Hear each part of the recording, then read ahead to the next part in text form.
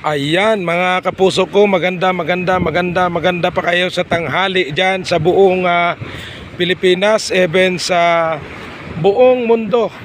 Ngayon po ay ginugunita ng ating mga ah, ah, kaibigan na mga Katolik ang kanilang Holy Friday, no? Or Biyernes Santo. Ang Biyernes Santo po ay sa kanilang paniniwala at pananampalataya ay araw po or ang kamatayan, inugunita ang kamatayan ng ating Panginoong Hesukristo na tumubos sa atin sa mga kasalanan, ano? Pero nasa Bible po ay isang bisis lang naman po talaga namatay si Jesus Christ, yung ating Panginoong Hesukristo. At yan po ay according to the Bible, no? At sa kanilang pananampalataya ay kada taon ay ginugunita nila yung pagkamatay ng ating Panginoong Hesukristo. Wala po tayong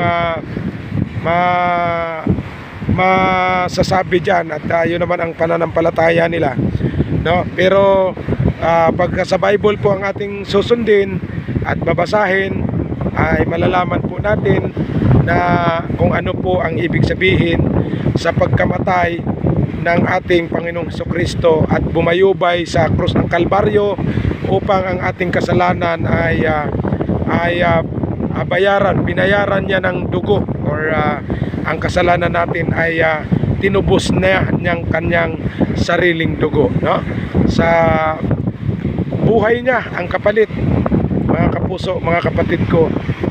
Kaya dapat ay manatili tayo na sumunod sa kanyang mga utos at sumunod sa kanyang mga tagubilin at magmahalan tayo at wag po tayong gumawa ng mga bagay na hindi ka nais-nais po or hindi ka lugod-lugod sa ating Panginoon, ano? So mga kapuso, nandito po tayo ngayon sa barangay Malugo sa bayan po ng Buwak, no? So magandang tanghali po at akin pong babatiin ang aking mga followers, mga friends at mga pamilis dyan sa Luzon, Visayas at Mindanao, lalo't higit kay Norami Pabores dyan sa Pamplona, Dumaguete City, kay Dilia Balboa dyan sa Pampanga, at sa ating mga kamag-anak dyan sa Bohol, aking mga kapatid, si Kuya Mickey, si Jeneline, mga pinsan ko, si Pinoy Ako, si Ate Kurat, si Ate Edith, at sa lahat ng mga pinsan ko dyan, mga kamag-anak ko dyan sa Alicia, Bohol, at dito rin sa Calamba, yung aking mga kapatid dyan, si Kuya Romy, si Kuya Mario, at sa Cavite si Rodi, at sa Pangasinan naman ay si TUPD, at saka inyong mga anak.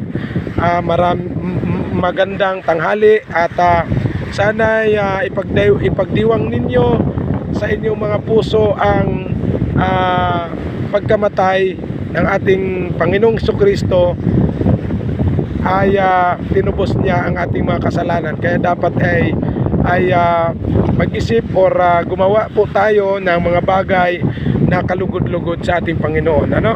Mga kapatid ko, sana ay itong araw na ito ng Holy Friday po sa inyo ay maisip ninyo at magnilay-nilay kayo, magbasa kayo ng Bible upang mabuksan ang inyong mga kaisipan tungo sa katotohanan ng kung bakit tinubos tayo ng ating Panginoong Diyos sa ating mga kasalanan, at bakit binayaran niya ng kanyang sariling buhay ang na tayo mga kanyang mga anak na mga makasalanan dito sa sanlibutan.